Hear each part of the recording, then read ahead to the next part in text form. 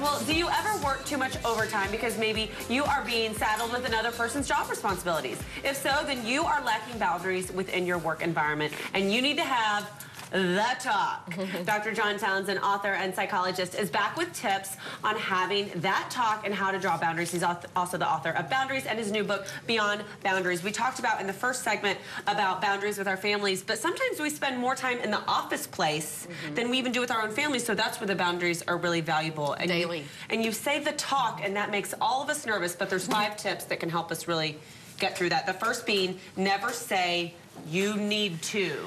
Well, that puts you in the parent role to tell your boss, look, you need to understand this about me. All of a sudden, the boss is going, I need what? I mean, they're going to push away. You're telling them you need something they don't even think they need. So you have to say, this is what I need. You know, I can't work 70 hours. I'd like to get a good job done, but this is what I need. And then that gets them off the defense. Okay, okay. Our next statement is using I statements. So these are basically just tips of basically how to not talk to them in a way that makes them think like you're the boss. Yeah, I mean, the real thing about working with a boss where they're asking you to do too much, take on too many jobs, you're overwhelmed, they want you to work weekends. The one thing you've got in your favor is that they've got pressure on them. They've got a board of directors, they've got stockholders, they've got bosses themselves, and to say to them, I want to make you win. I want to make you successful, but I can't do it when I have, you know, 50% more than I should do. And all of a sudden, it helps them to feel like you're my ally with the pressure that I've got. Exactly. I love that tip because it is important to make We've all got pressure. You've got to help them with the pressure they're under. Yeah. And what about stating what you value, right? That's the next one? Yeah. I think the important thing there is to say my values are aligned with the company's values. I believe in integrity and excellence. I love our product. I love our service. We're a car dealership or an IT company. So I'm glad to be here. Because you know what? They've had 20 people come in their office the last week griping about it's not enough and I'm bored. I don't like the people. When you come in and say, I am so aligned with what you guys do, all of a sudden they want to help you. What about if you reverse it and you are the boss and you're having trouble sort of drawing boundaries with some of your employees? Yeah.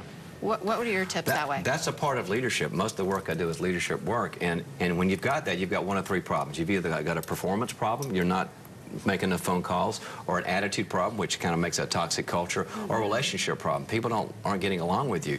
And what you have to do is, first, you've got to make them aware. Some people are bugging people, they don't even know it. And you've got to say, let me tell you how you come across. Then some people say, thanks, I didn't know that, great feedback. And then some people don't change. And that's when you have to say, we're going to have what's called a cure process. I'm going to be monitoring your behavior. Here's a seminar to go to, here's a book to read. But a boss has got to pay attention to that. Yeah. Now, a lot of the things you've talked about is how to maybe approach the boss, but letting him know that you're on his side and you'll support him and you want to work. But at the same time, you have to, and that leads you to our next point, you have to state your concerns and the things that you have to get it out at some point and let him know what's really bothering you. That was the preamble, and now you got to get to the meat. You got to like warm him up a little bit before you spill all your concerns. And that's when you say, I need either less work here or more targeted work here, or I need more clarity from you, or I need more people and support and money or whatever. And what you say then is, and I'll do X to get that. You know, for you to do those favors for me will help. You know, I'll do whatever I can. And then they go, I've got a friend here. I've got a teammate. Expectations. Work works better when people have collaboration. People knowing that you're a team player first. Everything gets better. Can set the foundation for some negotiating room and some understanding, if you will. Yes. Yeah. And then the last tip is to get bought in. You got to make sure everyone's bought in and that they're on board and the train's leaving and who's coming with me, right? And buy-in comes from one thing, and that's talking about the future. We want to have a great product. We want to go multinational. I want you to be 3x what you were. And when people get excited, they buy in. So you got to be the visionary sometimes. And that buy-in, I think, also translates into the family, whether it's maybe the father that's sitting down with his family to have that boundaries talk, or the wife that's sitting down with the mother-in-law. You got to get them. You got to spill it all out there, but you still have to get them excited about how you're going to move forward. It takes a lot of energy. I'm just going to put it out there. It takes a lot of energy to set boundaries. Sometimes it's so much easier just to go, I can't. And walk away and quit the job or quit the relationship or just to get it away from you. It's easier to step away. Yeah. There are times when you have to. But the way I have to look at it is, it's easy now and hard later, or do you hard now and easy later? There are some relationships and jobs that are really worth it if you do that hard work and then things smooth out.